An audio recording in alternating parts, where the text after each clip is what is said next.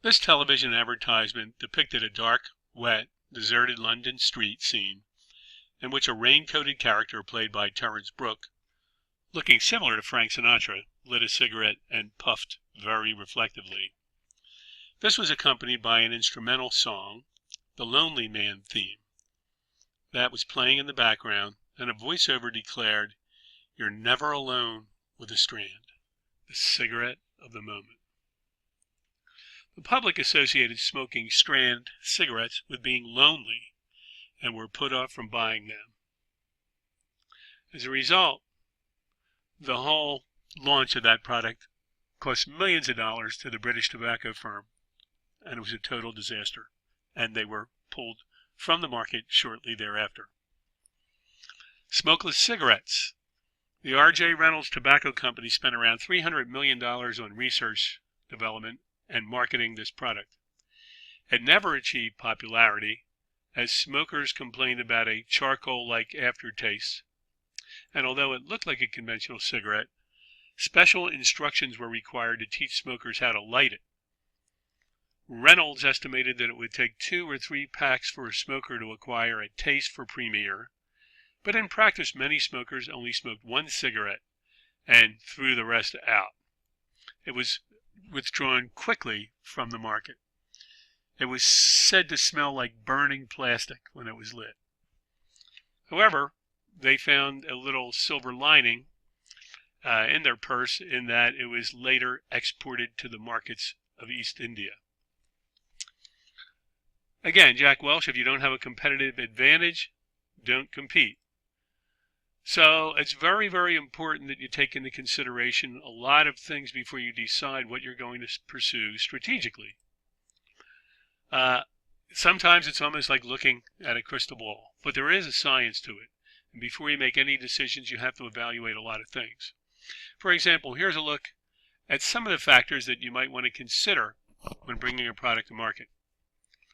The U.S. economy, unemployment, housing prices, stock value, exchange rates, what's going on in the political arena.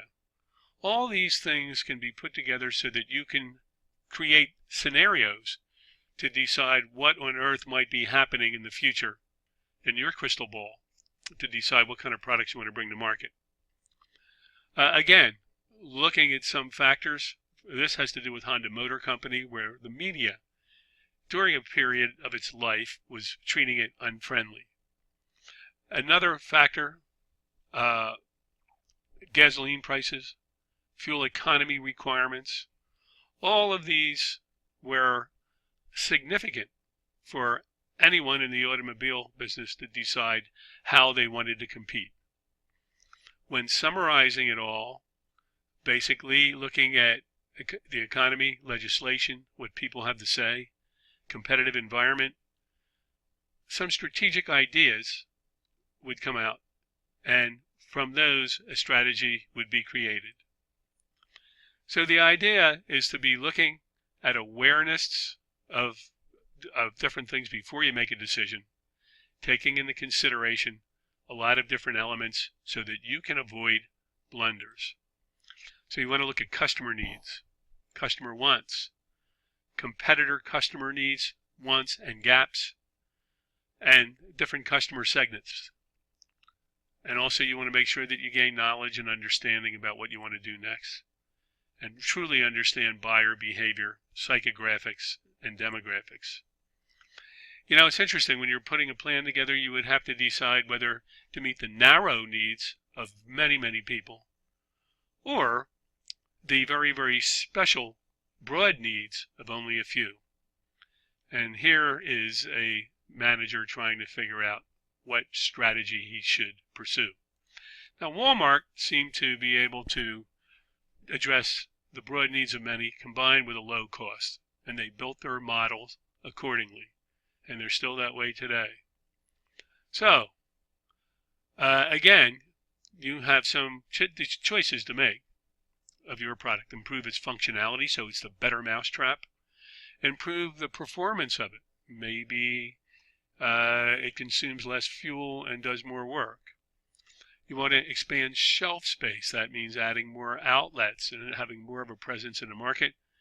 and increase the number of retailers. You could consider selling incentives, how you want to sell your product, buying incentives for the customer, advertising increases, providing innovative service. Maybe you come to someone's house and service the product.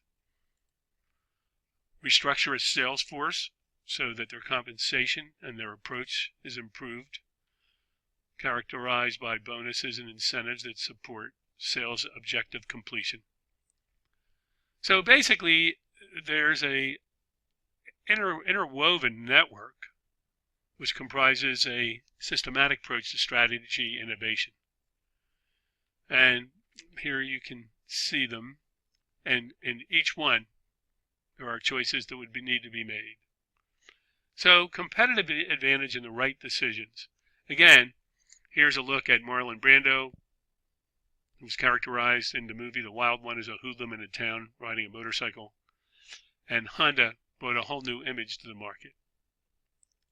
Michael Porter, who is part of your required reading, talks about the bargaining power of customers, new entrants coming into a market, the threat of substitute products, suppliers that can basically be a big factor in how productive you can be in terms of providing products on time at the right price.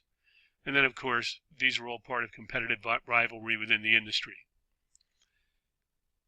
Looking at this a little bit further, here's an amplification of all of those elements. In each one, significant decisions that need to be made. You'll see more about these in your readings. I want to thank you for taking part in these last 8 modules, and I'm very hopeful that you agree that the learning objectives were accomplished. Good luck.